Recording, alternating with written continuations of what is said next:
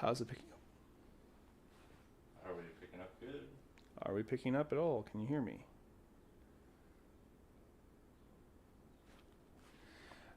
Well, a minute ago you said not to make any noise. You said shush. How are we doing? Is it? Can you hear me?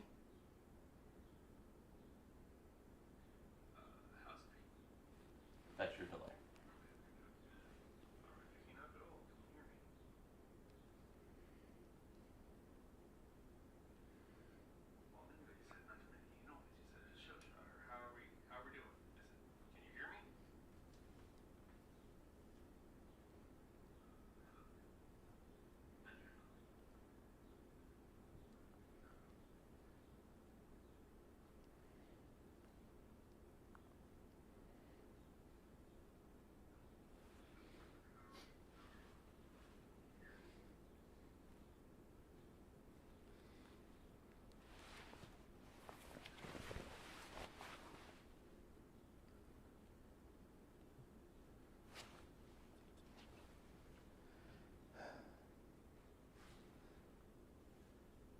Two minutes. 2 minutes. Okay.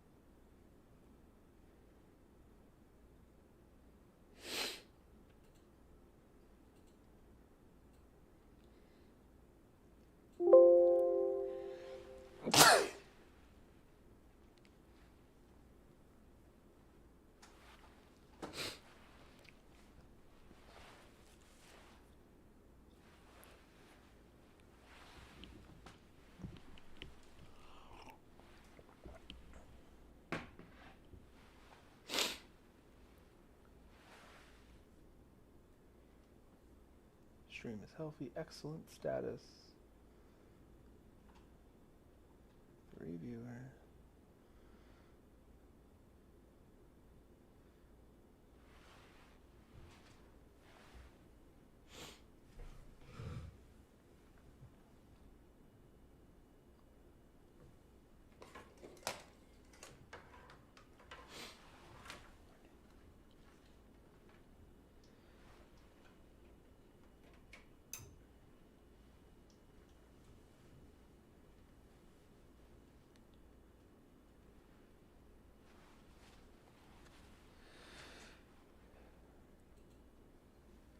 Hey, there we go. We're live. We're doing this. All right, cool. Hello, everyone. We're still giving a few minutes for people to actually get in here. Let's see here. Wow, that really take that long. So I cannot see how many people we have in here right now, actually. But hello, everyone. Like I said, we're going to start in a minute here. We're going to give time for people to come in and show up. Yeah, this is wonderful software from my end. Let's see. Chat's there. Hi, Dad. Is anyone else here at all? Are we getting anyone? I really can't see anybody. But yeah. So welcome everyone. This is going to be our new Wednesday show. From one side to the other. Oh, now you tell me. Thank you, Kobold. Now he tells us. This is going to be our weekly show from one side to the other, and frankly, we're just going to be talking about weird, strange stuff. Yeah.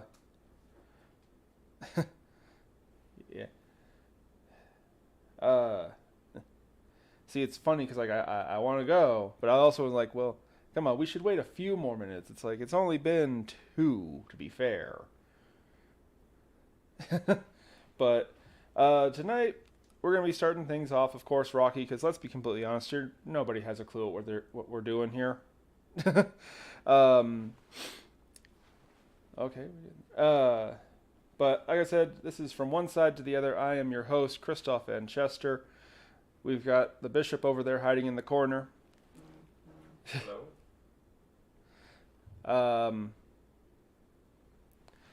What we're going to be doing is, like I said, like it says in the description, we're talking about the weird, the strange, the unusual, and I mean, just kind of whatever. It's not going to be the most serious or formal thing.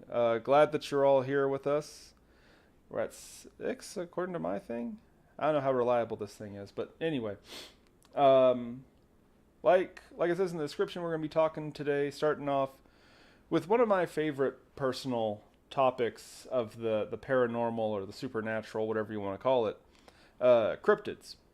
Now, for the uninitiated, because some of you might not know what the heck I'm talking about, cryptids refers to a cryptozoological creature or cryptozoological animal, which is a animal that is not verified or acknowledged by the scientific community.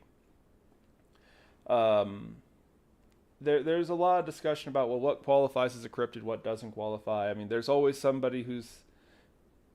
I saw that. Anyway, there's always some person who has to be a smart aleck and be like, well, what about the talking garlic of Wantanua? It's like, yeah, no, we're talking about creatures that have some substantial evidence to them. And yeah, we're going to be talking about probably just our favorites from around here, around the Vagrancy. And like I said, I wanted to give a few minutes for people to kind of get in here and get comfortable. Wow, has it only been really feels long? Okay. But we're going to go ahead and jump into this. Hopefully it's not too confusing for anybody who decides to join in the coming minutes or so. But the first one I want to talk about is a creature from pretty close to my hometown, the monster of Monterey. Now, the monster is very interesting because there are people who argue it's not actually a cryptid, because we actually did verify that the monster existed. It's one of those things. It's not a myth. It's completely accurate in... Let me see here. Hold on. I have my notes here. Make sure I don't want to say anything wrong here and make a fool of myself. In 1925, what is called a globster was found off the coast of Monterey. Now, globster refers to... Basically, it's a really nerdy way to say a corpse. A corpse that's found at sea or washes up from the sea, which the ocean will do a number on a corpse. I mean, you have the elements, you have predators, you have scavengers.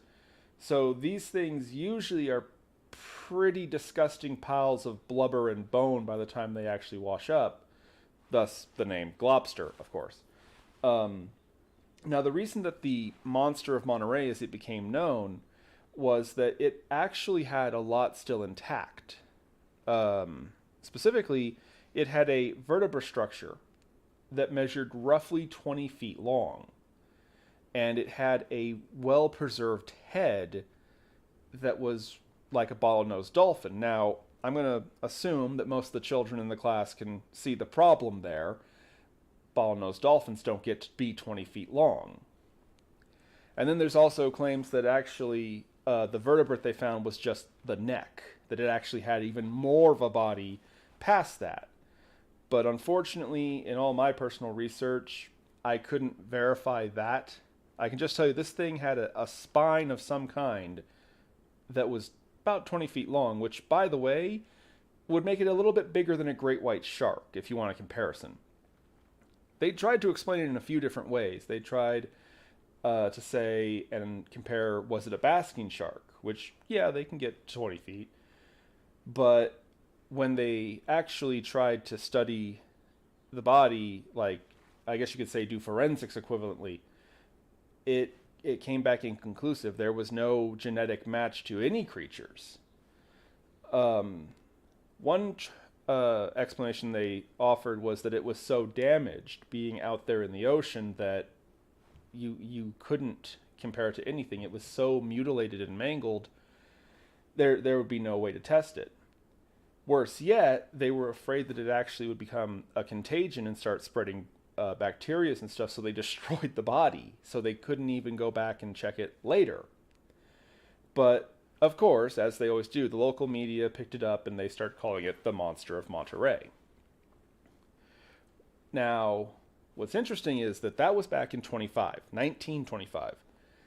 And at first, it came and went, and it really didn't get much more mention than that. Until around the 80s, when there was a return to interest of the creature. The title Monster of Monterey resurfaced, if you will, to be kind of an easy explanation for a lot of boating accidents and disappearances that had happened over the years, which is funny because in doing this research, I discovered do not go in the water off the coast of California. In fact, don't even go to California, okay? Stay away from there. Because you cannot throw a rock without hitting some sea monster off the coast there. I mean, and it's not the whole West Coast. It is California specifically. Because I was looking it up. You don't hear about monsters off the coast of Oregon or Washington. No, it's California. There is weird stuff in the water in California. Don't go. And if you do go, stay out of the water. I mean, you have creatures like Bobo, I think is how you pronounce it, Bobo, which is supposed to be a gigantic sea lion. You go farther south into Mexico, into the Baja Gulf. I think it's the Gulf of Baja. I think that's how you pronounce it. Baja, excuse me. You have the Black Devil, which is supposed to be a 60-foot-long great white shark, which sounds horrifying. But no, there's all kinds of weird stuff in the waters off the coast, off California's coastlines. And, you know, the sea is a dangerous place. Let's be completely honest here. It is a fact of the matter. The ocean will completely destroy you in a heartbeat. Sorry, choking here.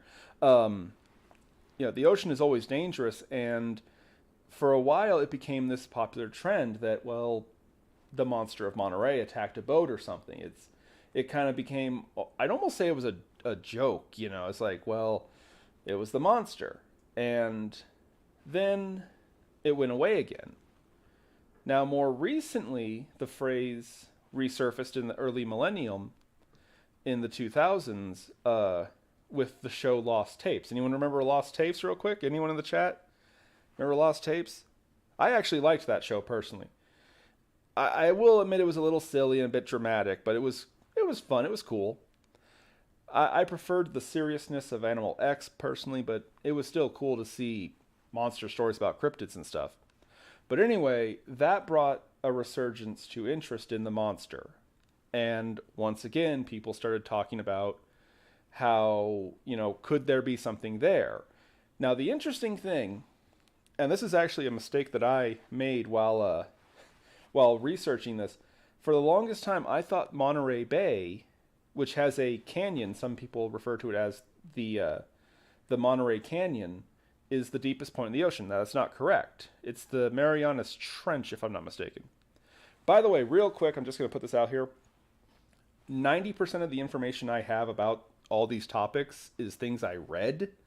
So if I mispronounce something, have some leniency here, okay? We're going off of reading all this information. So I'm sure somebody who lives out in the bushes over there, I see you over there, you know, is going to be like, actually, it's pronounced Montezana. It's like, I don't care. It's like, you guys know what I'm talking about. But anyway, back to the point. The Monterey Canyon is actually one of the deepest points in the ocean. It's also one of the lower points.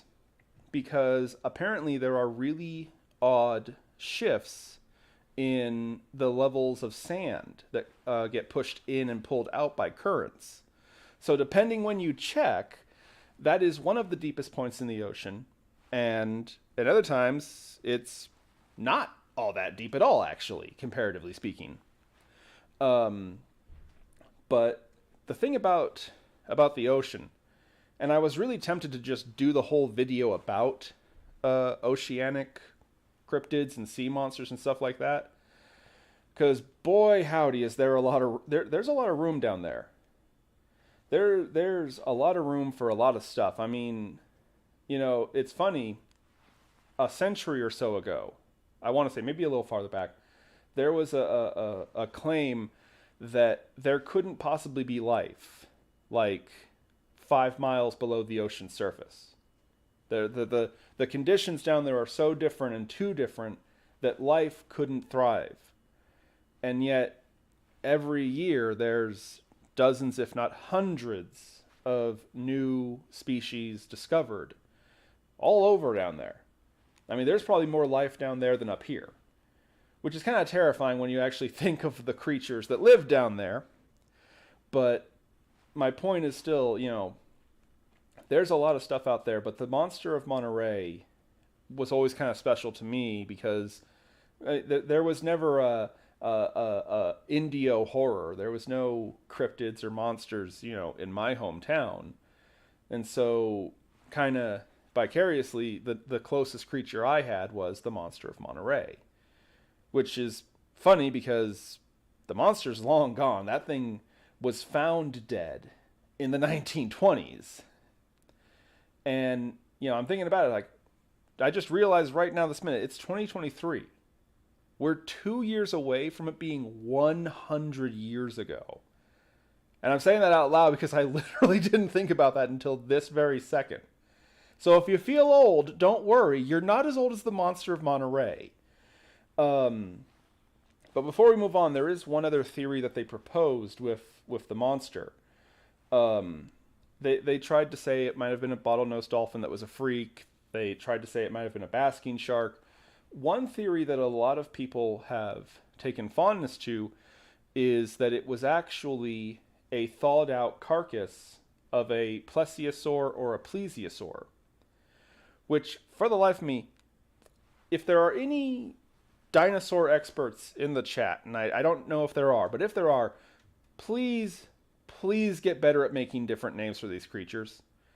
Because I still am not sure if plesiosaur and plesiosaur are the same thing or not. And I've been doing research on this constantly, and I still don't have a clue. But in either case, the theory was that it was actually a carcass that was frozen, and because of the changing climates, the ice broke away, and the corpse was actually released into the ocean. Now, the big problem I personally have with that theory is that, I mean, first of all, that sounds like an old EC Comics idea. A monster literally frozen in ice that just thaws out. Like, I don't know if ice would actually preserve the body like that. And two, there's no ice formations anywhere near Southern California. I mean, that body would have to go a long way just to wash up on that shore. I mean, that's near the equator. It's not even like, something from the South region, the Antarctica, coming up to Australia. That's like, that I could see. But again, California, there's nothing near there for this body to have traveled that far safely. I mean, the ocean is filled with scavengers and stuff like that. So I've never really bought into the frozen carcass theory, though there have been other carcasses found in the Antarctic that could possibly have been, but those were mostly bones. I mean, there's a famous picture of a carcass that was found by, I believe it was Japanese whalers, it looks like a plesiosaur or a plesiosaur. And I remember that was kind of in the news for a little while. Um, but yeah, the monster of Monterey, they never really had a satisfying answer, and that's not me trying to protect it. Okay, I scrutinize these things more than a lot of people do, I think, and it's one of those things like the iceberg theory doesn't check out, basking shark doesn't check out, bottlenose dolphin doesn't check out. So it's like congratulations, we know what it's not, but almost 100 years later, we still don't know what it was. And personally, that's kind of what makes it so cool. Like that's something that I have to address a lot actually in my personal life because there's always people who will say stuff online or who know me. It's like, well, hold on a second. You're an atheist. How can you believe in Bigfoot and UFOs and stuff like that? It's like, well, the truth is, I'd be willing to admit that most stories of these creatures are probably either exaggerations or complete fabrications. I'd be willing to admit that. I don't think that every story of somebody who says that they saw Bigfoot while they were out fishing with their brother Jeffro is true. But, and it's funny because I was literally just thinking of this the other night. Um, a friend of mine I was talking to online, he said how he he loves camping, but he hates nature. He doesn't like the he always worries about like animals walking into his campsite and stuff. And so I asked him, well, hold on a second, what's the scarier scenario? You're camping and you know there's a bear nearby, or you're camping and you know completely beyond a shadow of a doubt that there's nothing at all. And for me personally, the idea that we have seen everything and we know everything on this planet and there are no mysteries and there are no discoveries to be made, that is a million times more terrifying and disturbing to me than the idea that there's a 20-foot monster lurking off the coast of California, or a 60-foot shark, or a devil in the Pine Barrens, which brings us to what we're going to next. Possibly maybe my second favorite. This was the bishop's favorite. He's still hiding over there in the corner, and he's gonna stay over there. Oh, did something happen in the chat?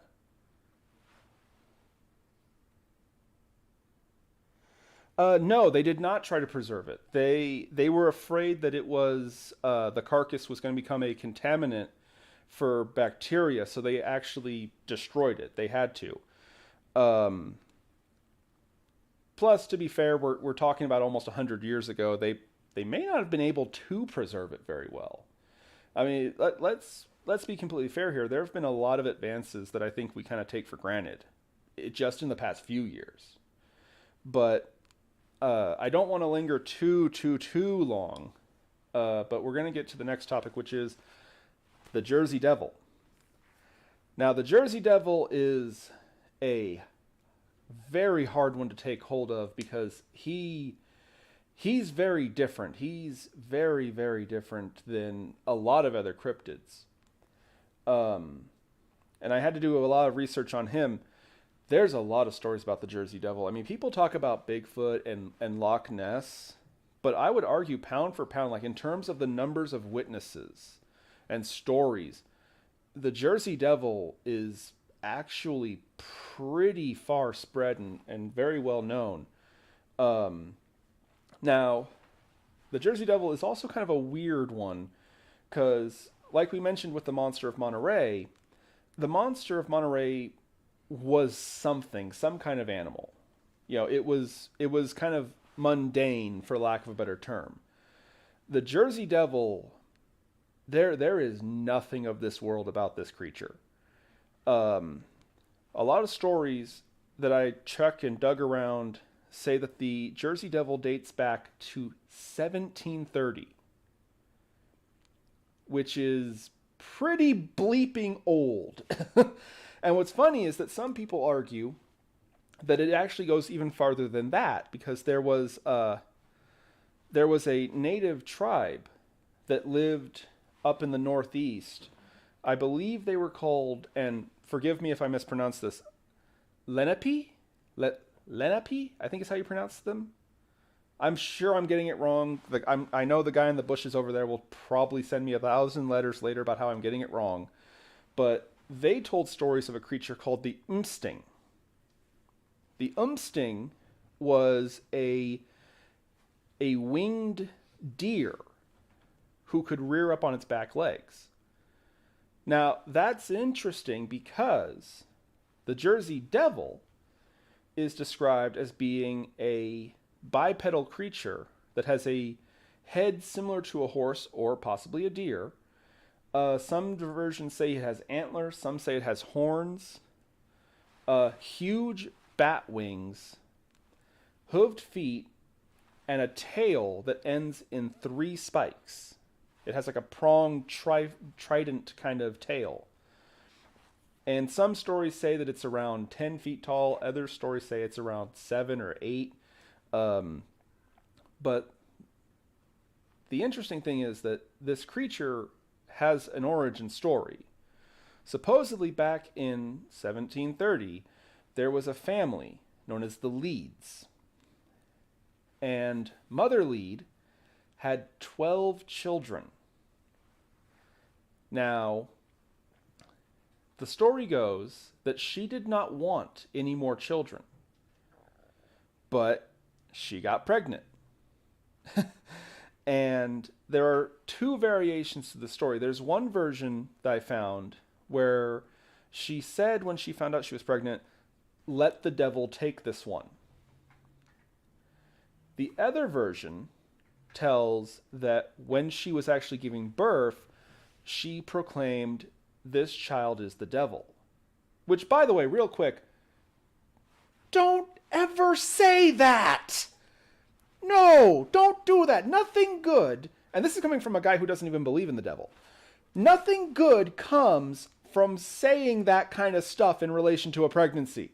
It's never going to end well. Period. And it didn't.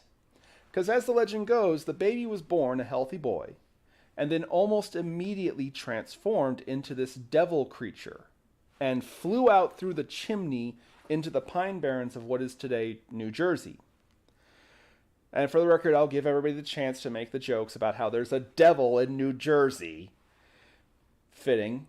But anyway, now, the creature itself, he kind of faded away for a while. Because again, supposedly he was born in 1730.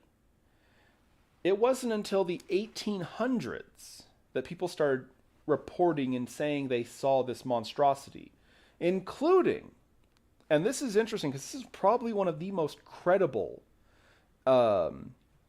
reports ever made by anyone in the terms of cryptozoology.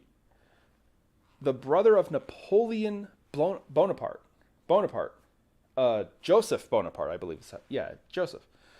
Joseph wrote down, he documented this officially, that he saw and attacked the Jersey Devil. Or rather, a creature that matches the description of the Jersey Devil. He was apparently in the area overseeing the production of cannon ammunition when he saw this large, horse-headed, bat-winged creature. And what I don't understand is, if you saw a creature that could be described as a devil, over 7 feet tall, has horns or antlers, big bat wings, what on earth would possess you to say, "I want to shoot at that"? Because that's what he did. They fired a cannon at this creature. And Joseph documented, because I mean, obviously he couldn't just fire off a cannon at a factory and not explain himself. He wrote it down. He wrote down officially in the ledger that they test fired a cannon by shooting at this winged creature. And it was a direct hit. They actually shot the Jersey Devil with a cannon, and it didn't even flinch. In fact, according to Joseph, it made it angry. It literally hissed and snarled at him and flew off. Like, as if he had sneezed in its direction or something. A cannon. Keep in mind, this is the 1800s. I don't know how powerful a cannon is compared to like the modern day tank or rocket launcher or stuff like that. As a previous Dungeons and Dragons player, that's something I've always heard. It's like, well, how do you know a vampire can only be killed by destroying its heart? Have you tried using a ballistics missile? I don't know how powerful a 1830s, I think it was, 1830s. I did not write that one down, unfortunately. I don't know exactly when the date was. I'll have the bishop look it up later. Maybe I'll bring it up. But anyway, yeah, check it. We'll have the bishop check and see the exact date. When did Joseph Bonaparte fire on the Jersey Devil? But anyway, what I do know in terms of power is that I don't know any living creature that can take a sincere, legitimate shot from a cannon and be unfazed. Like, I mean, I know they used to do in circuses, they used to have like the human blobs, you know, these big fat guys that would get hit in the chest with a cannonball and they'd be fine. But spoiler warning, that was usually a trick or an illusion. They didn't get fired by a military grade cannon. And yeah, that's a terrifying thought. But that's just the beginning of the Jersey Devil's horrifying career as an American nightmare. Excuse me. Because it disappeared for a little while, but then it resurfaced again around the... Hold on a second. 1820. I was right. It was 1820 that Joseph claimed he saw the Jersey Devil and he fired on it. So again, I don't know how powerful an 1820s cannon is, but I don't know how you take a direct hit from a cannon of any age and you're fine. But anyway, this creature would resurface eventually. I mean, years and years later. And what's interesting about the Jersey Devil is it happens in big clusters. Every so many decades, the Jersey Devil would have this huge rash of sightings. I mean, we're talking hundreds of people. Probably by now, thousands of people have reported to see the Jersey Devil. And most of them have a lot of strange similarities. First of all, the Jersey Devil, usually it's usually seen like just going by or stuff like that. It very seldom actually tries to interact with people. This is a very reclusive, standoffish creature. But it was, I want to say, the most recent big string was actually in the 60s. In the 1960s, if I'm not mistaken off the top of my head, where the state of New Jersey was actually taking some pretty drastic measures about this. Because again, hundreds of people were seeing this huge winged creature. There were reports of it attacking pets and livestock. There was one account that became infamous. A woman claimed that the Jersey Devil literally just descended into her yard and eviscerated her dog. For no explanation. It literally just swooped down and destroyed this poor animal and then left. There was one man who claimed the Jersey Devil wrecked his car. That it literally landed on top of his car and started trying to break through the roof to get at him. And he had to bail out, and he looked back and saw, yeah, it was the Jersey Devil on top of his car. And there's another eerie similarity. A lot of people, they felt panic. There was almost this infectious insanity with the Jersey Devil. People would say they saw it and then they'd forget. They would have no recollection later on. Um, a lot of people were like, well, I saw it and all I could do was turn around and run. Like it was involuntary. They saw it and they just became afraid.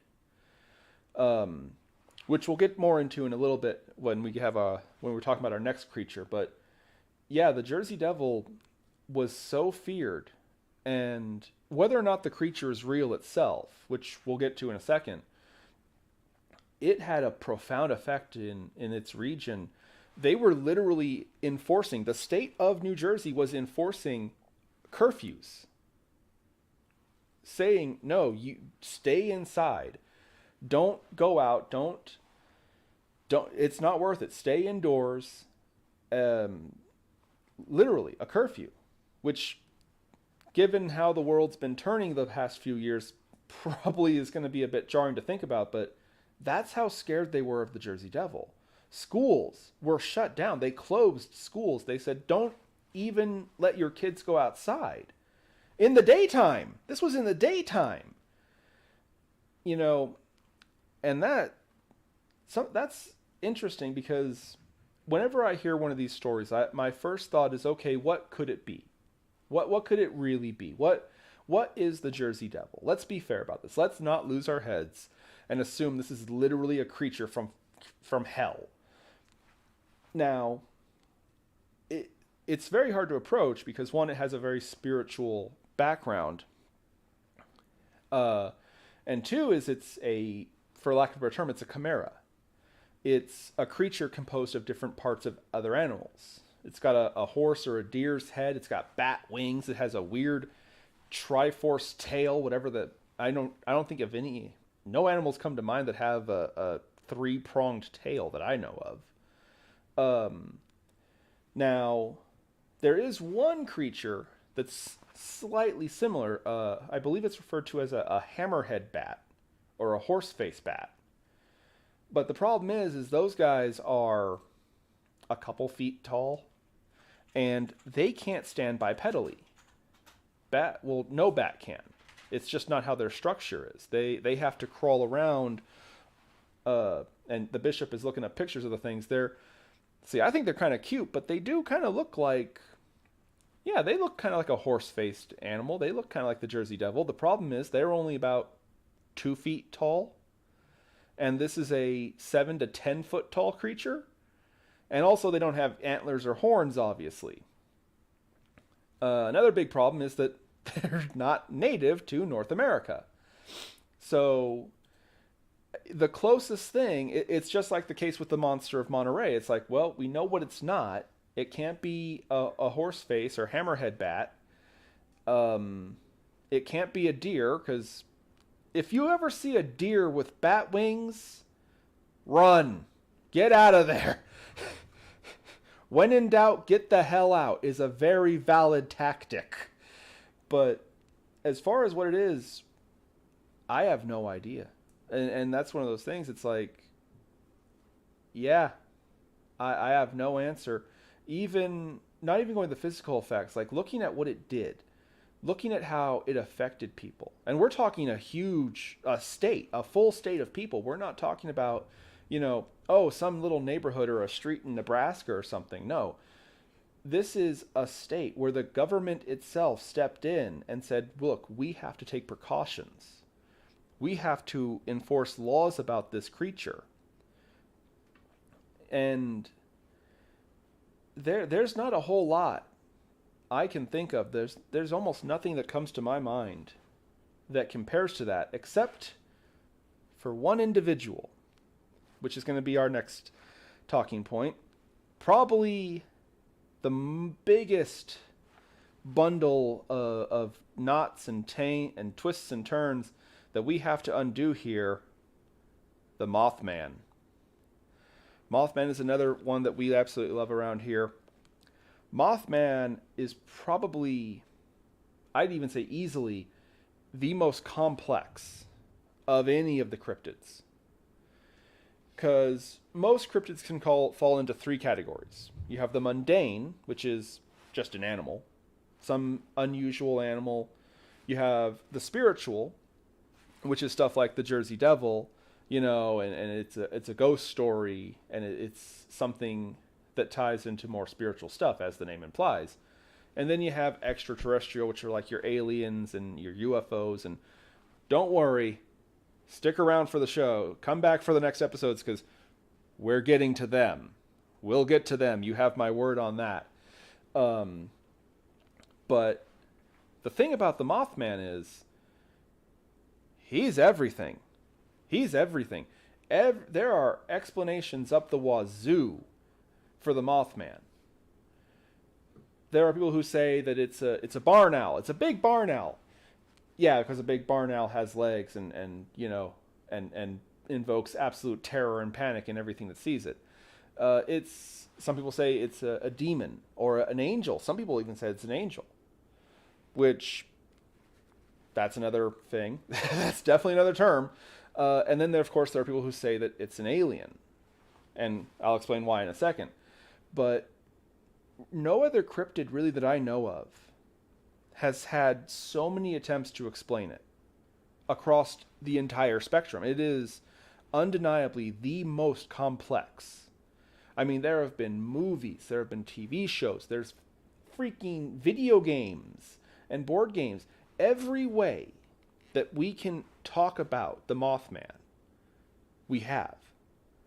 And that is something you can't say about many other cryptids.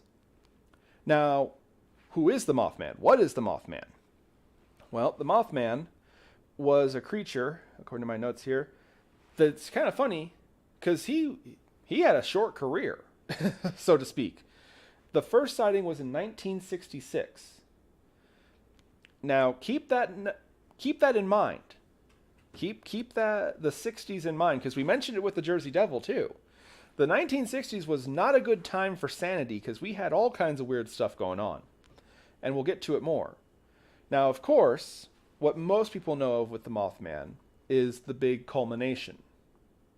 Silver Bridge, 1967. Terrible tragedy, resulted in the death of, I want to say, just under 50 people. It was about 50? I want to say, yeah, Bishop, do we have a number on that actually? How many people did die in Silver? Wasn't it 50? The Silver Bridge incident, I want to say, killed 50 people. Now watch, I'm going to be off and it's going to be like 48. And the guy in the bushes is going to be, hey, you were wrong. Oh no. Please tell me it's not. 46. Okay. Take your victory, man who lives in the bushes over there. You got me this time. 46 people died tragically. And what's interesting is that happened, and then the Mothman went away. Pretty much instantaneously overnight, December 15th, 1967 was when the bridge collapsed, and that was it. The Mothman was just gone.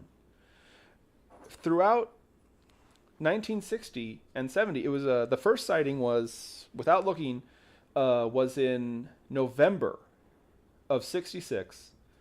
Its last appearance was in December 67. And then it just stopped. I mean, we're talking almost daily. People were bringing in reports and saying, oh yeah, I saw him. I saw the Mothman. I saw him over here. All over West Virginia. Point Pleasant, I believe it was. Was it Point Pleasant? Yeah, Point Pleasant. I'm terrible at taking notes, so you'll have to forgive me. All across West Virginia, specifically Point Pleasant, like, it was almost hourly. People were seeing this creature, and then it just was gone. Meanwhile, there was all kinds of other weird stuff going on at the same time. Which brings me to something I mentioned before. While you're avoiding California's waters, avoid West Virginia! That place, people talk about Roswell and Area 51 and stuff. No. West Virginia has more weird things than any place else. Like UFOs all over the place. Yep, 1960s, by the way. The 1960s was when all kinds of weird stuff was seen. And there were tons of them in West Virginia. I believe I'm trying to think of some other examples. The Flatwoods Monster was 1960s. West Virginia. There were what was his name? There was a man who claimed to be an alien, who was made his way through West Virginia in the 1960s. All this was around the same time.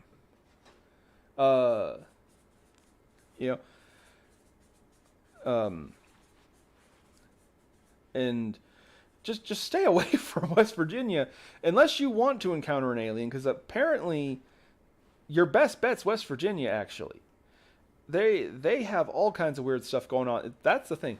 Stay out of the water in California. Stay out of the sky in West Virginia, because there are all kinds of weird creatures, and the Mothman is like the king of these. Because again, most of them are passed off. Oh, it was a UFO. Oh, it was this. The Mothman commands and withholds the fascination and the terror of everyone who hears of him. And what's interesting is that the Mothman, and most people don't know this, the Mothman changed in his appearance slightly over the course of when he was seen. There were stories when he was first seen, they described him as being white, as being this almost bright white color. And I guess that's kind of where some people get the angel thing. Some people say it was such a bright white color that in the dark night sky it almost seemed like it was literally glowing. One thing that did stay from one end to the other of the appearances was he had huge red eyes. Now, what's this? Bishop. Anything in Missouri? Put a pin in that. We'll get back to that.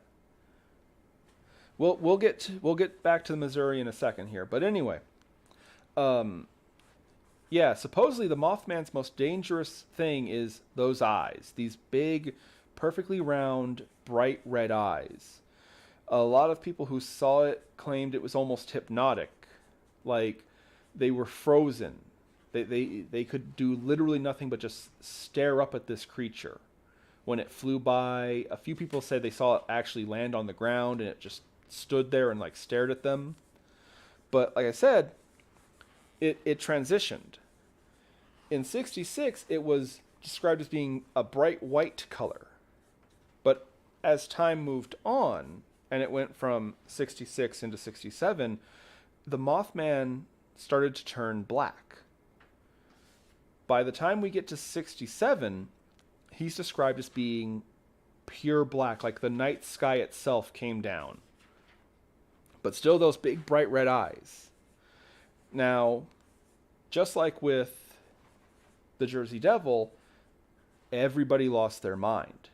Everybody was terrified of this creature. There were hunting parties. There were people with bounties saying, hey, we'll pay you to find the Mothman.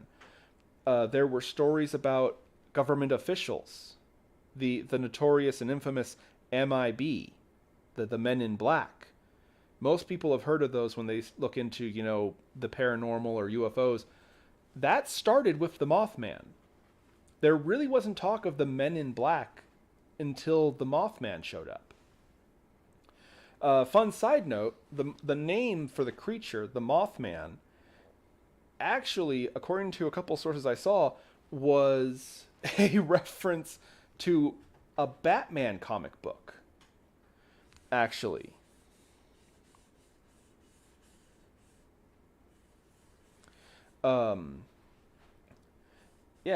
But that's why they called him the Mothman, which is funny because everyone describes him as looking like a big owl.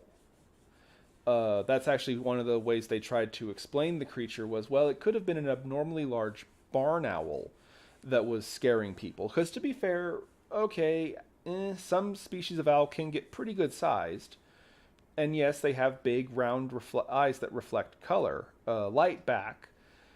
But the Mothman is supposed to be about the size of a human, 6-7 feet tall. And to my knowledge, I don't know about any owls that get that size. I've never seen an owl that big. Kind of glad I haven't either, because they're terrifying animals, actually. But just like with the Jersey Devil, like I was saying, a lot of people who saw it, and they swore testimony, they put it in writing, they confirmed they saw the Mothman. Later, when they were re-asked about it, they forgot. They said, I've never seen the Mothman. I don't know what you're talking about. I didn't see that creature. I don't remember that incident that I talked about before. And what's creepy is I personally have actually experienced something like this. Now, I'm not going to say names because I obviously don't have permission to. There's a friend I used to know who claimed that she saw the Mothman. And she literally, it was like 2 a.m. my time. She literally sent me messages saying, I saw something. I was attacked. She claimed, and I mean, she was adamant about this. She was freaked out, sending me messages saying that the Mothman literally flew alongside her car and followed her for probably a couple minutes. And then it just flew off like nothing had happened. And, you know, I'm trying to calm her down. I was talking to her. I was like, well, okay, let's be realistic here, okay? Come on. The Mothman, really. The Mothman. You claim you saw him. And he looked at you. You claim that he flew alongside your car for a while. And eventually, like, whatever happened, the best thing you can do right now is just calm down and rest. Like, you're home, you're safe. Just try to calm down. And she went to bed. And the next day I heard from her. I was like, so how are you feeling? Has anything else happened? And she didn't know what the hell I was talking about. She even got kind of defensive and upset. Like she thought I was trying to screw with her or something. But she was adamant that she saw it. And I was like, no, scroll up and look through our conversations. And she was in a loss. She was even more scared then because she was like, wait, I don't remember this happening. I don't remember sending you messages. I don't remember seeing a creature, anything. Now, I haven't talked to them in a long time now that I think about it, but that is a thing that sometimes happens with some of these creatures. People have kind of a mass they get hysterical, and then they have memory lapses where they don't remember seeing it, even though they could tell you every detail, and then 24 hours later, they have just a void in their memory of any of it happening in the first place. Which, that's another thing. It's like, I don't have an answer for that.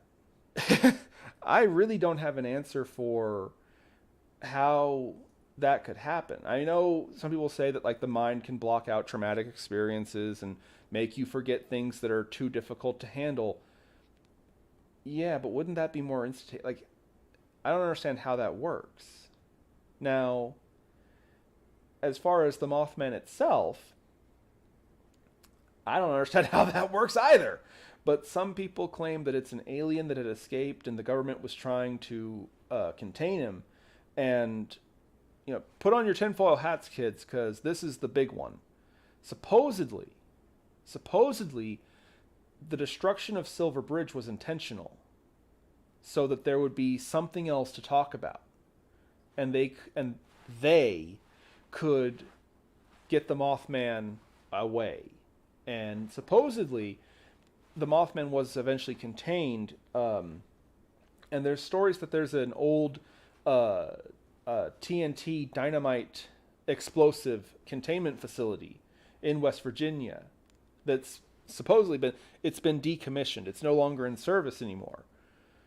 And the story is that the Mothman is being contained there. He's in this old military closet, basically, which doesn't seem like a good place to keep a creature like the Mothman, whatever the hell it is. literally, potentially. Who knows? Um, but yeah, the Mothman is truly different than anything else. He has had everything thrown at him. We tried to explain him as an animal. That doesn't work. They tried to explain him as supernatural. We don't know. They tried to say he's an alien. And I think that's kind of what makes him maybe the most terrifying of all the cryptids. Because, like, you know, the Jersey Devil, well, it could be. I've heard some people say it's some kind of a crane. I've heard some people say it's a deer. I've heard people say it's a smear campaign. It's that the Leeds family was really unpopular, so the locals in the region literally just made up stories that they had a devil child. Yeah, because that makes bloody sense, right? But here's the thing, there comes a point where people are satisfied, and then they stop talking about it. We have an explanation for the Jersey Devil. We have an explanation for the monster of Monterey. The Mothman has somehow been so persistent and so consistent that it never stops. There's always another story about the Mothman, another explanation for the Mothman. And it's one of those things, it's like, that's power. The Mothman is so powerful that even now, almost 50 years later, almost 50, how many years would it be now? 67. We're in 2003, or 2023, excuse me. That'd be, yeah, just about 50 years. 50 years later, and we're still trying to say what it was. And literally every explanation that they could throw at this creature they have. It's an alien. It's a demon. It's a big owl. It's an angel. And the fact that this creature is able to put that kind of control over the population, whatever the hell it is, it could be completely fake. It could be somehow, some way, hundreds of people all lied, all got their stories straight, everything. It could be completely a lie. And I'd still say it's the most terrifying cryptid. Because even a hoax, even the myth itself has power.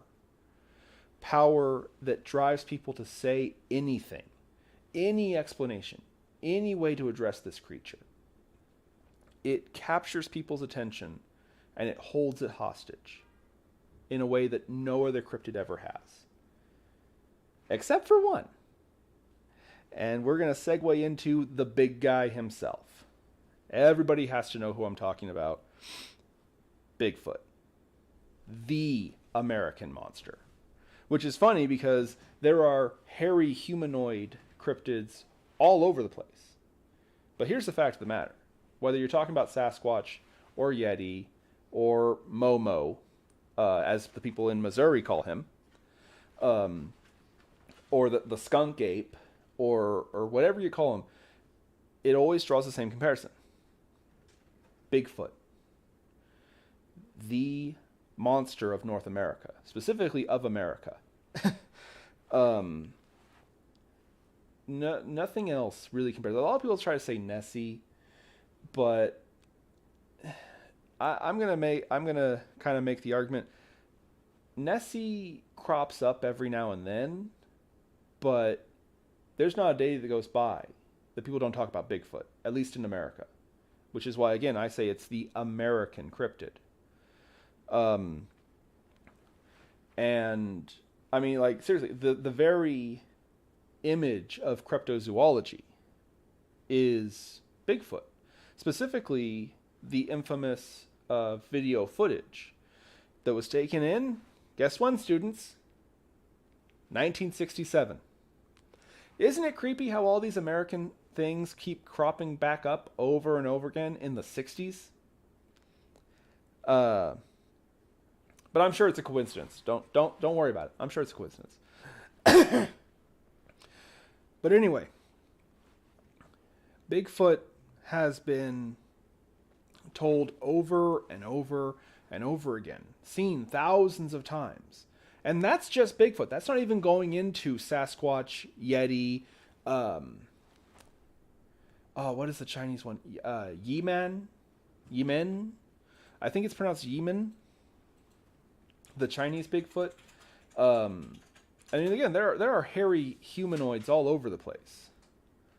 But constantly we hear these stories about it. Yare? Yire. Urin, excuse me. Urin, which I think, doesn't it mean like ugly person or wild person, something like that, I think is what the translation is. Which, real quick, I'm just going to get this out of the way. I kind of feel bad for the hairy humanoid cryptids. Because they don't get cool names like the Infield Horror, or the Flatwoods Monster, or the Monster of Monterey, or the Jersey Devil.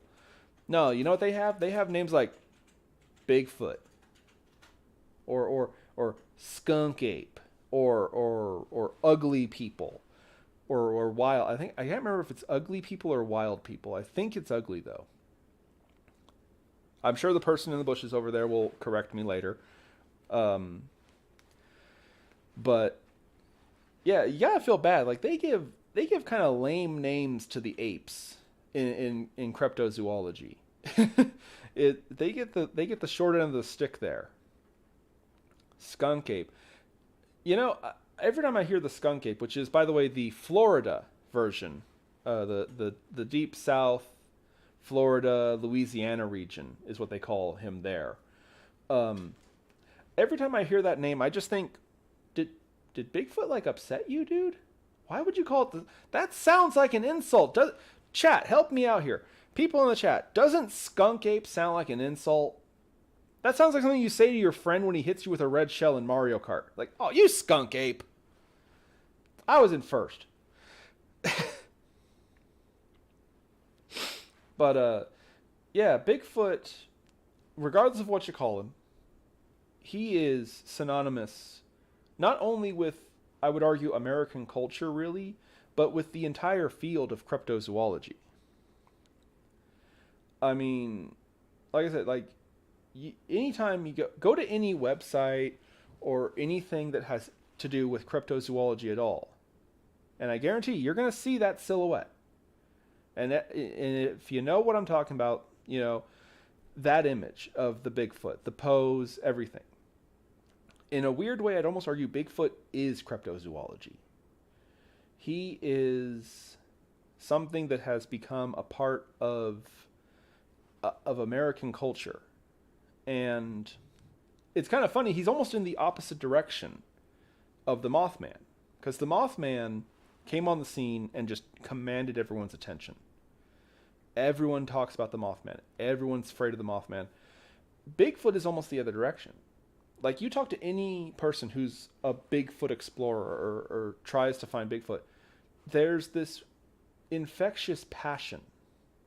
People who look for Bigfoot have this odd joy to them. They're excited. They're energized. You know, as opposed to something like the Mothman. I mean, just saying his name can upset people. Same with the Jersey Devil. I mean, again, going back to him, they shut schools down. They were so scared of this creature.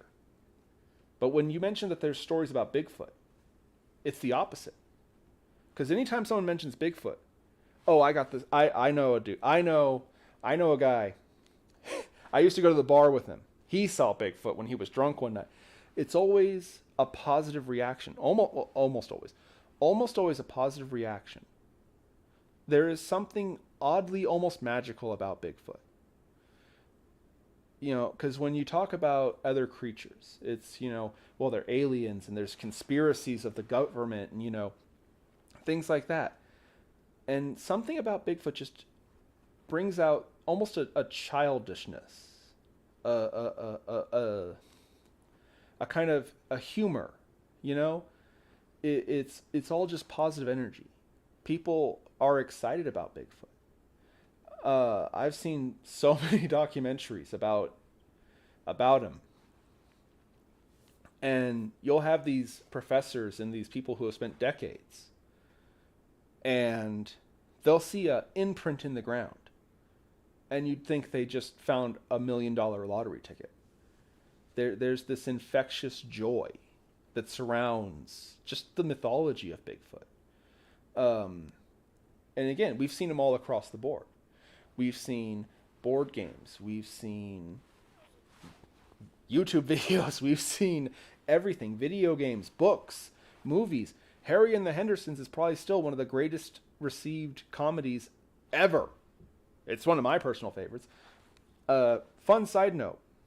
My grandfather, who really brought me into this world of the weird and the strange, anytime he could, he was telling me about the aliens and them and the other, and Bigfoot was one of his big favorites. Now, when Harry and the Hendersons came out, he said, I have to see this movie. I have to see it opening. He had to be there. And then a few days before that, he had a bypass surgery. And obviously I wasn't there yet, but he went, as the story was told to me, he was out of the hospital and he was right to the movies. It's like he literally had the surgery and a couple of days later he was going to the theater. And as the story was told to me, he was laughing so much that his surgery scar would hurt. And he was literally going back and forth between crying in pain and laughing. And when I eventually came around, I heard the story. I asked him, like, what was so, how would it be so funny that you would do that? Like, and he explained, because that's exactly how they are. He loved that movie because, according to him, that's exactly what Bigfoot really is like. He's kind of, like I said, it really is true. He's kind of the anti-Mothman. He's the anti-Jersey Devil. He is this creature that encourages people to believe in silly things. Excuse me.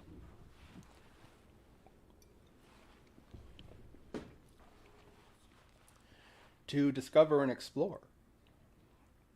Whereas things like the Jersey Devil and the Mothman send us running indoors, and sending panicked messages to our friends at 2 a.m.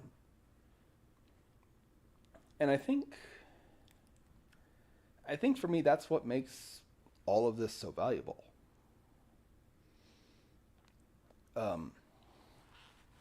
Why do I believe all this stuff? Why do I study these things? Why do I read these books and watch these videos?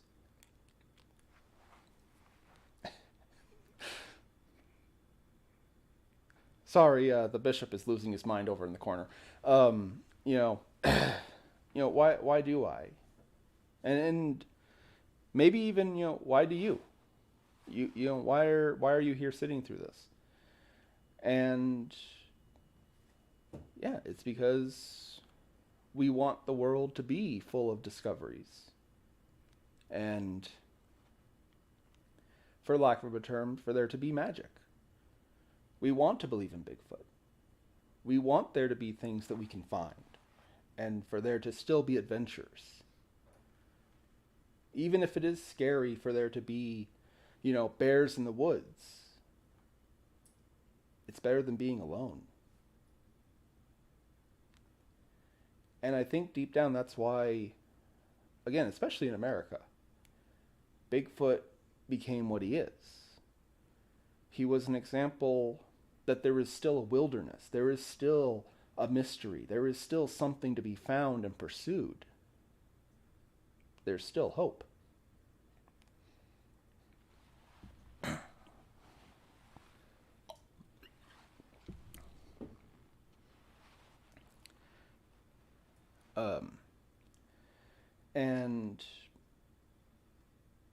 And I think in a weird way, I think that speaks to everyone. I'm sure, guy in the bushes, I see you over there.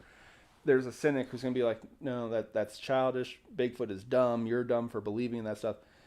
And dude, if you're listening, if you're actually out there and you're just bothered by what we're talking about and what we think, I'm just going to be a bit unprofessional, say shove it. Do it right now. Bend over and do it. Because we're sick of hearing it. There are still things to be explored. There are still unknowns. And I wouldn't have it any other way. And that's why we're going to be back next week doing this again. And again. And we're going to talk about whatever the hell we want to. Whatever we believe, whatever we don't believe. Whatever we're not convinced on yet. Whatever the hell we want. Because it's better than the alternative.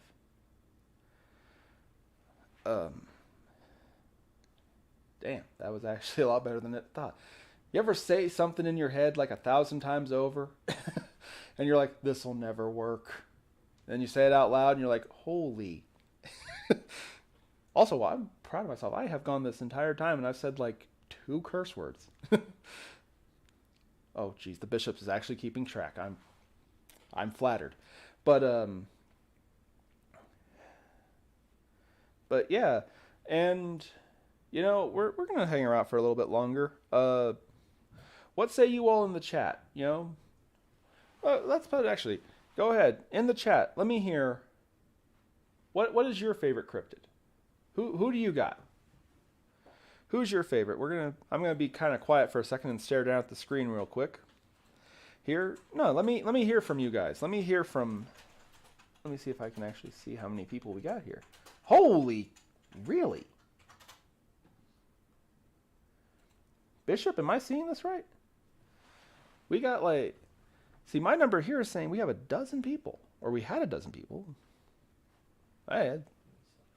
That's not bad at all, I think. I think we're doing pretty good.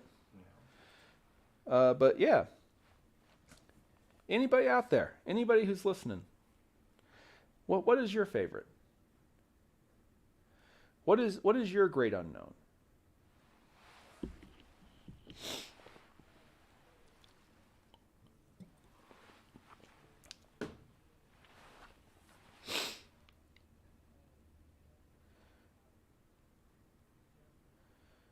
Yeah, this is like the most unintuitive. I'm sorry, I'm getting completely behind the curtains here. Like, if anyone else YouTube streams on YouTube, boy howdy, this is just not intuitive information at all. We're gonna have to get better at this. Chupacabra, yeah. Chupacabra almost made this episode actually. Chupi almost made it, but I honestly expected also this to take longer. I honestly expected to be talking more about them. But yeah, El Chupacabra, which is funny because a lot of people think it's a Mexican cryptid, but actually it's from South America.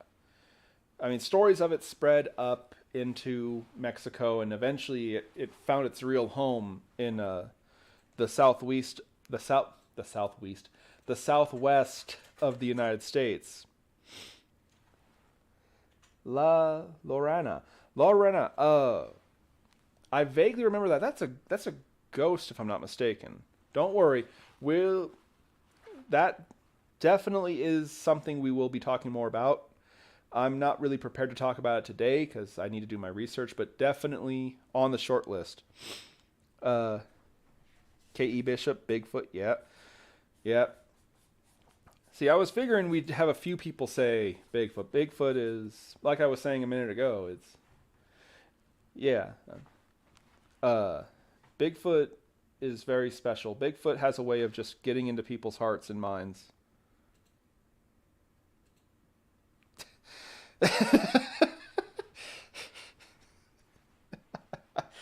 Thanks, Mom. I love you too. And Dad. I love both of you. Feelings from Native American. Yeah, there's a lot to talk about with just the legends of the North American tribes. That could be a whole video by itself too. I was talking to the bishop before this all started about how, like, I wonder how long a stream would actually take if you did talk about like every single cryptid. That'd be an all-nighter. That would be muscling in on the Late Late Horror Show's territory there. Also, you are out of your mind if you think I'm going to be doing like an 8-hour stream. You better be happy with like an hour and a half, okay? Don't have high expectations for us here. But yeah, ghosts and Native American, the North American tribe lore definitely are going to be finding a home on this channel. Aliens, UFOs. I didn't even know a name. Yeah, K.E. Bishop. Yet somehow I'd become closely involved. The Missouri Bigfoot, Too I much believe so, he's called Momo. All or I he's knew known about as- it was Everyone else has different names for him. I know. Yeah, Momo. We had Bobo the giant seal and have Momo the Missouri Bigfoot. Again, I have to say, who thinks up these names? I was making fun of, what is it? Dinosaur research, paleontologist? That's the dinosaur? With plesiosaur and mosasaur and plesiosaur and stuff like that.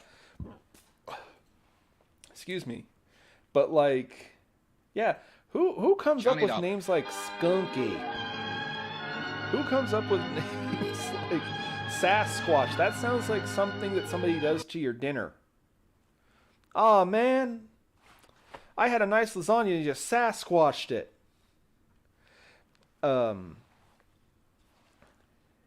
But yeah, no. Do it. No, Jeebus. We are not doing an 8-hour stream. I'm trying to pull through a 90-minute stream. Of course, then again, if I didn't work the next day, that'd be the episode that like we talk about government conspiracies and stuff. 8 hours of seeing how long before the Men in Black start knocking on my door. By the way, there's no Men in Black. Just gonna officially state that there's no Men in Black. Don't worry about it. Of course, I say that and I can see myself and I realize I'm sitting here all in black myself. I think I look pretty good though. But yeah, I had a lot of fun here tonight. I hope you guys did too. We're probably going to be winding down. We'll be here every Wednesday if we can. I mean, obviously life can happen and we might not, but yeah, we're going to be here every Wednesday. Next week, we're going to be going to that uncomfortable place. We're going to try and get through the whole being dead thing. And we're going to be talking about ghosts. So, you know, burn some sage.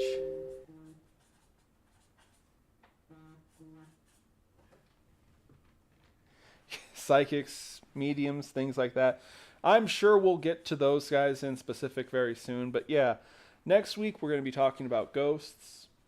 And especially the different cultures that have really cropped up around ghosts in different parts of the world. It's very interesting. And I'm looking forward to that, and I'm looking forward to you guys being there.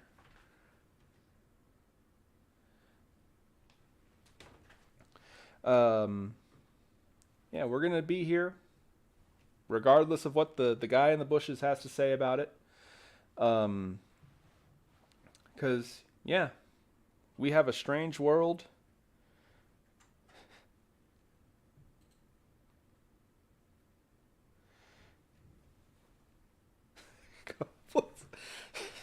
We are not having you on the show, Kobold. It'd be too awkward to get you up off the ground and onto the chair. Okay, so no. No goblins. Maybe. We'll save that for a future episode. I'll tell you, I'll compromise. But yeah, and as I was saying, you know, I know there are going to be people who are going to say that this is silly or this is dumb, and you know, my official response to that is, so what? So what? You know, this is a strange world we live in, and I think that's what makes it beautiful. There is so much that we don't know and we can't really account for. And, you know, I would absolutely love for you to join me next week and on into the future. Talking about the weird, the strange, the unknown.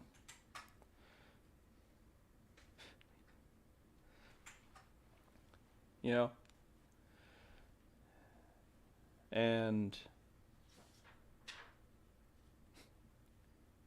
absolutely correct, Kobold.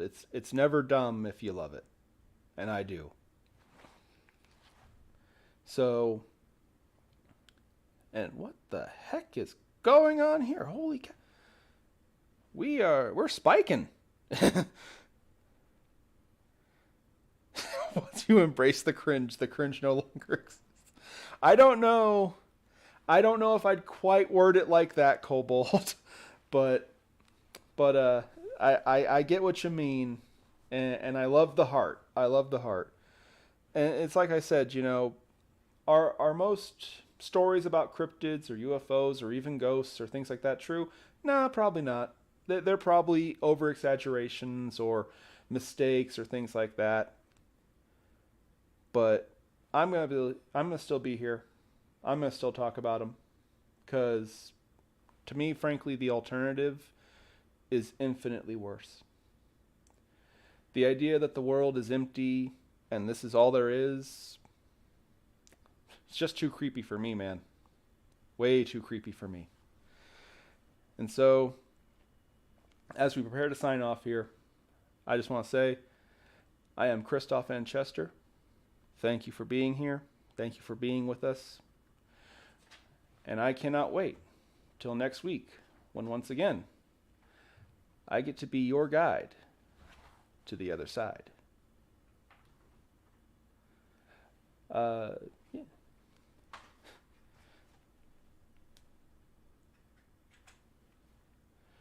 We're going to actually put up a link here to our...